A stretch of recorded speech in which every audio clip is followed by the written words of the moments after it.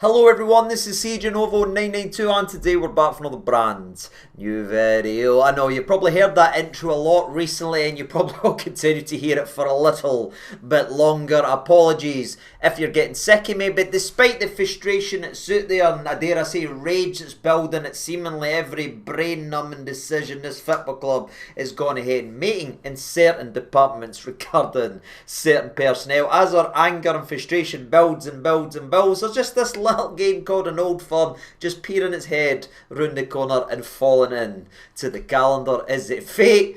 We'll find out in the next 24 hours, but we're here to break down the biggest and best derby that's left in football. So let's get in it. And as always, we will start off by having a look at tomorrow's dance partner and tomorrow's opposition, and then we'll get to the Rangers end because honestly, there's a lot to discuss, especially when it comes to our current player and player's player of the year and the decision that Russell Martin's made. There's so much to get into, but before we get lost into that, let's go ahead and catch up with tomorrow's opposition in shell, which is of course Celtic, who at my current time of recording sit first in the league. They are undefeated through 3 games, winning all 3, scoring 6 and conceding 0. But all joking and all that to one side, again domestically Celtic are taking care of business and doing their job. That's kind of their bread and butter, that is their norm for them, you know what I mean? They started off the season with a tough, potentially tougher game of football versus St Mirren, who can punch well above their weight on any given day, but despite St Mirren digging in and making it difficult for nearly 90 minutes, Celtic found it away, as they often unfortunately do, scoring a late goal and picking up all 3 points. And then they face Livingston, who have pretty much made their name in the top flight of Scottish football, taking points off both Rangers and Celtic. And Celtic in that game pretty much rotated and refreshed absolutely everyone to give them the best chance at European football. Can you imagine us going into a domestic game this season rotating nearly every single player? What that would look at. But again, they got the job done. It wasn't pretty, right? But they got there, they scored the goals, they won the game of football, and obviously their other win that they've had so far in their domestic campaign in terms of the league was going up to Pittodrie and beating the side that took a treble away from them last season. You know what I mean? Aberdeen beat Celtic and stopped them from getting a treble, so early on in the season there could have been some scars, there could have been some frustrations there, but they went up and done their job again for a league clean sweep. But despite all of that and the domestic clean sweep of smashing Falkirk in the early cup round of the competition, all is not well over in the Celtic Cup, and that's the first time in a very, very long time I've been able to pick holes and see a wee bit of frustration, see a wee bit of anger regarding the support towards their team that's been sort of swimming on easy street and is playing on easy mode for the last couple of years. You need to go pretty much back to when Neil Lennon was in charge for the last time that I've been able to make a preview video and see real frustration and anger towards the Celtic team getting booed off the park, booing the board, all that malarkey. And again, if you've not been paying attention to it, it's no coming for the domestic stuff. It's coming thanks to the lack of spending, the lack of investment and the embarrassment that was their European performance. Now, that does put me in a very awkward position after what happened to us at European football, but where we got bludgeoned, and trust me, we got bludgeoned for an established Champions League side that spent over 100 million in the last couple of seasons while bringing in close to that with the players they've been able to flip and the good players they've got on their books. Where we got to task and just beat and shown levels to the game, Celtic got embarrassed in a completely different way in a game of football that every statistical point of view pointed in their favour. They have every advantage to the financials, to whatever you want to look at was in their favour, but somehow, some way, Celtic blew it against a side that was ranked 311th in the UEFA rankings. And look, where it's funny, and that's always going to be the banter that comes from supporting either side of the old firm, you're going to laugh, you're going to mock, and you're going to glance over the old hedge and say, that is bad. It was really bad also for Scottish football, but more importantly for the Celtic fans, their frustrations just built and tipped over the edge because they saw their side throw away the opportunity, and what was a golden opportunity to gain even more an advantage in Scottish football and gain even more money in terms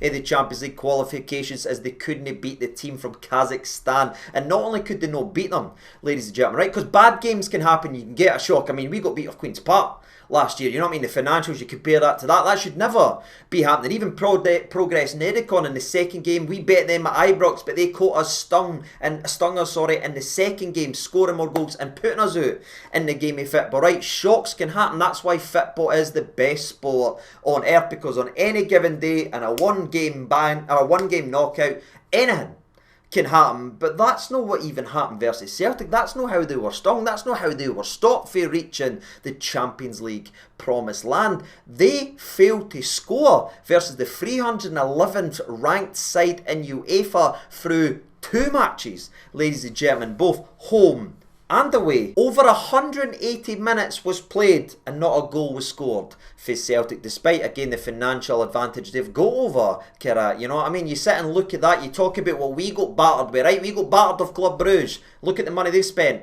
over the last couple of years. You look at the side for Kazakhstan, do you know how much money they've spent? They've got a net spend of 0 over the last 3 years, and I can understand why Celtic fans are maybe coming out and being frustrated about not going to get a striker and the whole striker dilemma and this player and how they not got this guy and how they not got this guy, but you can't use that as an excuse not to beat that level of team that spent 0 over the last couple of years. You've got one guy in the middle of your park called Engels that's worth more than their entire team over the last 10 years put together. It was just a failure, troops. That's what it was. It wasn't one person or this person's fault. It was just a failure to turn up and do your job, and that's something we've not really came to accustomed to seeing Celtic doing. Because say what you want about them, usually when push comes to shove, they get the job done, especially when they have the advantage, right? There's a lot of jokes to be said about European football and that to Celtic and all that malarkey, but usually when they've got the advantage and they've got the financial strength over the opposition, they usually find a way to breach the low block and beat these defensive sides, beat the park the bus sides. That's why they win trophies in Scotland every single year, and it frustrates me to say that, but they've fell short on the Champions League night, and by God are we very fortunate, because we couldn't afford even more money going to Celtic. So it's very, very interesting to look at strong domestically, but in the European stage when everything was in their favour, they failed in the game. Now, they did have chances to win this game of football, and one of the players by the likes of Maeda missed a golden opportunity to put Celtic through to the Champions League, and it's weird, right, because Celtic fans are a wee bit frustrated by him, but again, if you ask a Rangers fan, that guy absolutely drives us mental every single time he plays against Rangers, because he seems to just like go Super Saiyan every time he sees the back of Tavernier's head and just runs right by him, but he's not been scoring freely. He's not been at the top of his game, so it does leave this Celtic side in a very interesting position coming into this game away at Ibrox, where they've not been really too great in the last couple of old firms and arguably have their weakest firepower they've had in years coming to Ibrox. You know what I mean? You look at some of the strikers they've had over the years, the likes of Kyogo, you had the likes of even Giamakis a couple of years ago. You look at their winging position, they had Kuhn, who was very good for them last year. You've got Jota, who's currently injured, but he's a very, very good player. And then you sit and glance over, I know they've brought in a couple new bodies, but you're seeing the likes of Ida, who, again, when it was announced that they were signing him, I told you that was an absolute brain-numb decision to go ahead and spend that on him, but they got caught with the money they made for their O'Reilly, so everyone's price doubled and trebled to where it should be.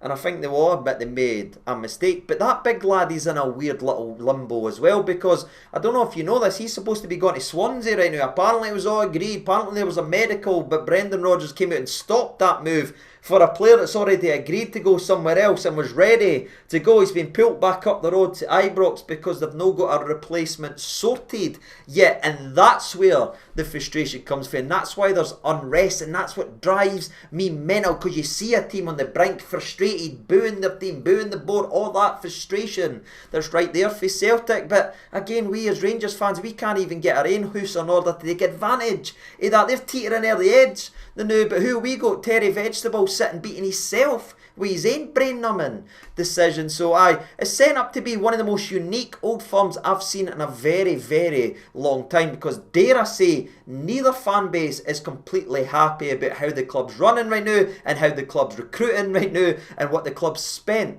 the now.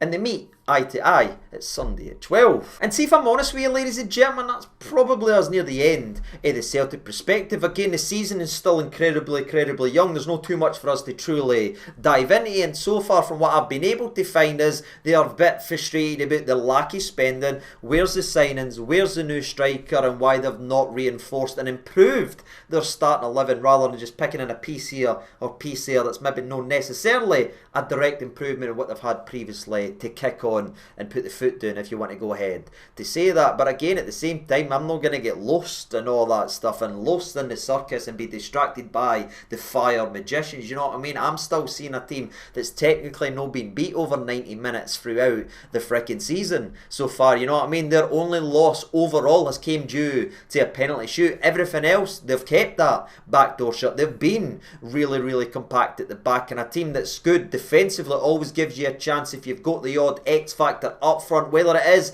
the preferred pairing or if they've spent this or have spent that. You're solidified the back line, you know what I mean? Defense wins championships for the American subscribers. They're still built and strong defensively, and you've got to breach that to put them under pressure. And again, domestically, they've won every single game this season, so I'm not going to get distracted when it's off the field stuff. You've got to turn up there, put the pressure on, and go after them very early. But speaking of the defence, there's not too much that's drastically changed despite an injury that looks like to be to Alistair Johnson. But moving on to the other end of the park, there is some X factors and there is some interesting matchups that I think Russell Martin's going to really need to think about and hopefully just have a plan in place, because yes, they've got a bit of a striker dilemma and a striker issue right now, but you know the guy that's occasionally leading their line? Maeda, ladies and gentlemen. And what's Maeda? He's very quick, and he can run in there. He's fast, lads. He's fast, and if he's sitting at the number 9 position, what does that one out ball give them? The opportunity to get in behind our ridiculously wide open backline and run away for both Giga and John Soapy Suter. So all the pandemonium, oh, not got a striker, the guy that's directly built to hurt our backline could be possibly leading the line. So I'm hoping Russell Martin's at least got sun, because you cannot go into this game trying to press and hunt them down and allowing Carter Vickers to hit one long ball. See if I'm sitting in the recap tomorrow night talking about Carter Vickers hitting one long ball into Maeda running behind. I don't know what this guy's doing or what he's paying attention, or if he's too busy eating vegetables. He needs to pull his head out his arse and actually have a look at what's hurting us this season, and it's the long ball in behind. And despite the pandemonium, that's what Celtic's bringing to Ibrox tomorrow. Now, their winging position could look a wee bit different, because I know they have announced someone today, but again, I don't know too much about him, if I'm being brutally honest with you. And it's also a coin flip if he's going to be involved in tomorrow or if he's starting tomorrow. I imagine there'll maybe be a possible position off the frickin' bench for him. So their attack might be new look compared to what we've seen in previous years, but let's not talk it down and look any differently. What they've got in their locker, what their strengths are right now, has been our weaknesses so far this season. And surely Martin's at least once going to adjust to it this frickin' season. But that's my thoughts and opinions on the Celtic side, ladies and gentlemen. Now it's time to move away from that and get to the Rangers end. And it's weird, and we kind of touched on this earlier on the intro. I'm sitting here for the first Old Firm of the season at Ibrox, under a new leadership, under a new manager, underneath all this excitement that was the summer. And I'm not going to sit here and say I feel flat, but I almost feel numb, because I'm sitting glancing at what's actually brought us success. We finally cracked the formula to get back to playing against Celtic, and it looks like we've just ripped it frickin' up, as apparently Russell Martin is axing Raskin from the squad, and apparently Raskin won't be involved in the game tomorrow. Now again, this might just be a one-off punishment regarding whatever the hell's gone on behind the scenes, and there might be an opportunity for him to come on the bench. I certainly hope that, but again, the report says that he's no going to be involved, and that to me doesn't make any freaking sense, because just 4 months ago Nico Raskin was voted our Player of the Year and Players Player of the Year. The kid not only picked up those awards, but to be fair, he done a pretty damn good driving a free-wheeled car for what seemingly was a lot in last season, you know what I mean? And his individual form and his individual performances earned him the opportunity to play in a midfield against some of the best midfielders we've seen in a long time, especially the likes of Kevin De Bruyne. You know what I mean? Tielemans is also a very tidy player, and I think a very underappreciated player in the Premier Premier League, but that's where he earned himself. His performances got him in there, and he never let himself down. They love him now. Right frickin' there, right? But again, the start of this season, it's maybe been in, it's been out. I'll hold my hands up and say maybe there is stuff going on behind the scenes that we don't know. But again, we're also hearing conflicting reports that he does want to be here, and he does want to do this, and it seems like it's an absolute circus, and it's an absolute mess, and it frustrates the life out of me, because one of the players that should be having the keys and driving it, and then maybe possibly getting a bid, and maybe making this club a lot of money, is now sitting there axed for the first Old Firm of the season, and especially in a game of football that we had a pretty damn good run at last season. We never lost the league because of the games versus Celtic, in large part to guys like Raskin who played really well on those games. It was everything else we couldn't do, but especially now that we've cracked the formula and figured out how to choke the life out of Celtic and cut the head off the snake, if you want, in terms of McGregor, and a lot of that was built on the wee Belgian pitbull. A lot of that was that goals, assists, man of the match, armband, man of the match. He was sensational last season versus Celtic, and now our best performing player, our player of the year and players player of the year, is going to be sitting in the house for the first Old Firm of the season. Make it make sense if he's even still here, because he could be sold by the time the kick-offs went ahead and done. It's just one of the things as a football fan, you just sit and shake your head, you didn't understand, because even if he does maybe have aspirations to go in the Premier League, and he wants to go ahead and do this and he wants to do that, apparently he's still willing to run his arse off. I still seen him versus St Mirren track down several balls and lost causes. I seen him versus Club Brugge come into a game that was 5-0 down and still burst his span, still put his body on the line. So I'm not really understanding, even if there is interest in him, why we can't have our best player, at least in the squad, in the biggest domestic game of the season. It just doesn't make any sense to me, and it really gives me the fear regarding Terry Vegetables if he's actually got anything about him. You know what I mean? This is frightening to me, ladies and gentlemen, but again, we'll see how we go ahead and perform. We finally cracked the code, and that was maybe Raskin running the middle of the park, and even the likes of Barami sort of following Callum McGregor and taking him out the game. But now two players that gave us an ounce of sun in the Old Firm derbies, instead of getting pumped, and every single one of them are pushed to the side, and it's opening up. But again, just to finish off on the Raskin thing, ladies and gentlemen, I just didn't get it. Even if he's the biggest clown behind the scenes that we've ever seen, he's still the best midfielder we've got at the club. And managers are supposed to improve players, you know what I mean, improve players' values and everything. What we're seeing is he's took our best player and axed him for the squad and made him look bang average so far this season, and drastically impact his value gone down the way. You know what I mean? He's going to be costing this club money for whenever Raskin does leave this club now, and that's supposed to be the exact freaking opposite. It's actually mind-blowing how poor of a job individually in terms of man management Mr. Martin has gone ahead and done. Did you see Egerman just come on for Leo, by the way? I don't know if you've seen it. He scored 2 goals. You know what I mean? Yeah, he was complaining. Yeah, he faked an injury and everything like that. But there's another fantastic player at Lille now, scoring 2 goals in 45 freaking minutes. What is going on? But hey, maybe it's just a football decision away above my station, you know what I mean? It might just be a guy that's good enough to be picked for Belgium to play alongside the likes of Kevin De Bruyne and Yuri Tielemans, but again, at the same time, he's not good enough to be picked by Russell Martin to play alongside Diamande and Joe Rothwell.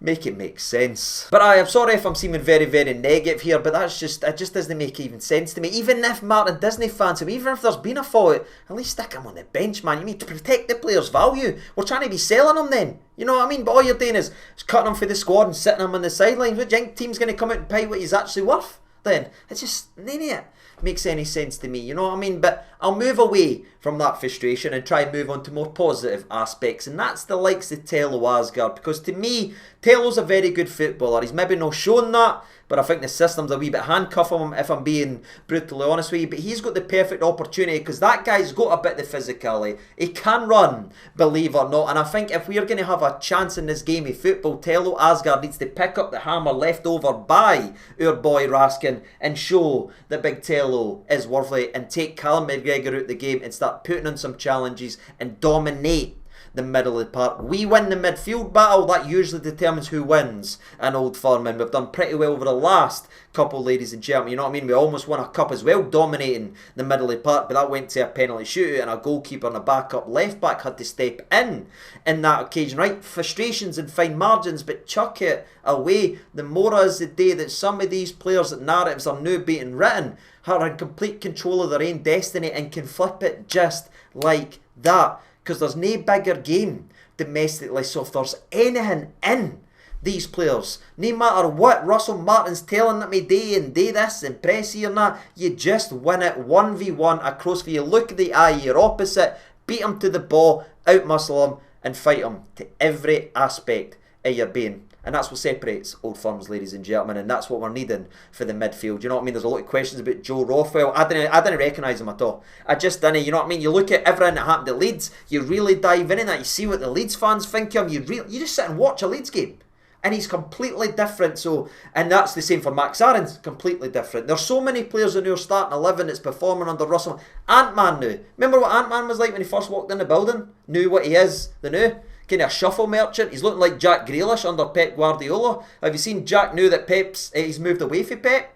He's got 4 assists in about 3 games or something this season. You know what I mean? We just need to stop strangling the life and strangling the passion out of players and just let them go out and play frickin' football. All this tactical nonsense just destroys the fun aspect and the entertainment aspect that we are there to frickin' watch. Just let the players go out there and battle, man. That's what an Old Firm is. So a lot of questions are up in the air regarding Russell Martin. A lot of people sharpening the knives thinking if he loses the game of football it's his last frickin' game, but can he actually inspire anything? We'll find out in the next 24 hours. But I tell you, Asgard's the one in the middle of the park I'm picking out, and I'm needing to see something for the big man, because he's got the attributes. Has he got up here? We'll find out at 12 o'clock. The frickin' Mora. But the last little thing we need to talk about is obviously Big Bojan, and sort of picking off where we just left off. The fact that he's no had time to have training. You know what I mean? The fact that he's just had one session tells me the big man's scoring Mora. If he does get on the park, and he should be getting on the park, because he's physical, he's nasty, he's took Carter Vickers for a walk several times in his Aberdeen career, so put him there. He knows the fixture, he knows the game, he can handle the physicality, and again, we've not had the tactical instructions. He's supposed to be a CDM or come here and play left back. Striker that scores goals, that can handle physicality, stick him up front, let him ruffle up some feathers, give him the service and hopefully score some goals. That would be nice for the big man. But that is all I'm really going to say. Again, I'm recording today's video. There could be more announcements soon. There's expected to be at least 1, possibly 2. Might be before the game, might be after the game. So if there is someone announced, I'll let you know down in the comments section below. But again, for me, it's an Old Firm. Just turn up and show us something as a fan base. Show you get it here and you understand what it's actually been here and play for Rangers. It's in these types of games you can start to win over some fans, and a lot of players need to do that. But before we do go ahead and wrap up today's video, we've still got the predictions to do regarding the starting 11 and what I would do regarding it. So I'll tell you what I would do first, but then I'll tell you what I think Russell Martin's going to go ahead and do. Goalkeeper, it's going to be Jackie B. You know what I mean? I know we got pumped in Belgium, but if it wasn't for that, man, that's double digits every day. He's been brilliant this season. He's conceded more shots than anybody. You know, it doesn't make any sense. The right back position, I think he'll go with Aarons. I think he will stick with Aarons. I think he will put him in there. For me personally, I'm putting Tav in there, which I know will frustrate a lot of people, but what Max Aarons done in that game of football, I seen him melt down after 6 minutes in a tough game, in a tough environment when we needed him the most. You didn't go for that blunder to then in the cauldron of playing in an Old Firm. And again, Tav, we need something back there, just at least a bit of communication and a bit of leadership somewhere. Somebody needs to take control, and we've not had it. It's been completely all over the place. Now, I'm not saying Tav's the answer to all of our problems, because again, you know how I feel. I feel like Father Time is caught up with him and he's not able to dominate a game the way he used to. But in the types of games, the 1-2 punch, what we're supposed to be doing, you've got to bring Tavernier in here to show a bit of something in that back line. But again, I think he'll go with Aarons because he likes him a lot. But then we're moving on to Giga. I think Giga will play no matter what, because that's why we played the St Mirren game, because we are absolutely dreadful at recruitment and preparing for big games. We've got to play another game to have Giga ready, because we've no strengthened and spent the money. Right? Remember how much money we spent on Manny Fernandez? He's not ready to go for it. It's crazy, ladies and gentlemen. But again, it's almost as crazy as not recruiting and being strong enough for a £40 million game, as we act shocked and surprised that we've not got enough in these big moments. But then we're going to go with Soapy in there. I think he's going to play no matter what. I hope we've got a new centre back very soon. Regarding the left centre back spot, that'd be great to talk about on the channel. I'll be Jaden on the left hand side. Good luck to the young kid as well. It's been a real learning experience for him. Hopefully that pace, that directness, hopefully keeps himself in check. He's done a wee bit of a rash challenge at Club Brugge, just calm it down, young man. Then moving into the middle of the part, I know there's been a couple leaks again regarding the squad, but I'm just going to go with Rothwell. I think it'll be Rothwell, I think it'll be Asgard, and I think he might even go with Connor Barron, if I'm honest with you. And I think that's the way it might go. But I think the leak is Rothwell, Barron and Diamande. So we'll wait and see regarding that one. The attacking line, obviously, is Gazima on the left-hand side. Just has to be, in my personal opinion. Again, Finlay Curtis is really unlucky to not be in the team. But the way he's playing on the right-hand side, it'd be Ant-Man's position that's under fire. No, the gas man, in my opinion. On the right-hand side, I'd go with Ant-Man just barely, just to see if he can spark some. Because, again, he's known for crossing. He's able to put the ball into the box. That's his biggest strength. So we've got a striker that isn't 5'9" and can get him header. A fit ball. So let's see, Ant-Man. You'll have more space than you've had. You'll be able to drive in there. You'll be able to put a ball in the box. You've got a striker there. He headed the ball. There's zero excuses now for the big man. So I want to see son for Ant-Man. And leading the line for me, I chuck Bojan in the new. You know what I mean? I know he's only played 45 minutes of football, but I'll start with him. Give him 45 minutes, then you can bring on Danny to run about like a dog in a park. You know what I mean? He'll chase every ball. He might put them pressure as the Celtic defence starts to tire. Then you've got Danny to sprint non-stop for him for the last 20, 30 minutes. And that might be it. But again, I imagine Martin will probably do it the opposite, where he'll start Danny, he'll run him into the ground, and then Big Bojan will come in to try and throw it about. But either one works as long as Big Bojan gets into the actual mixer. And that is it.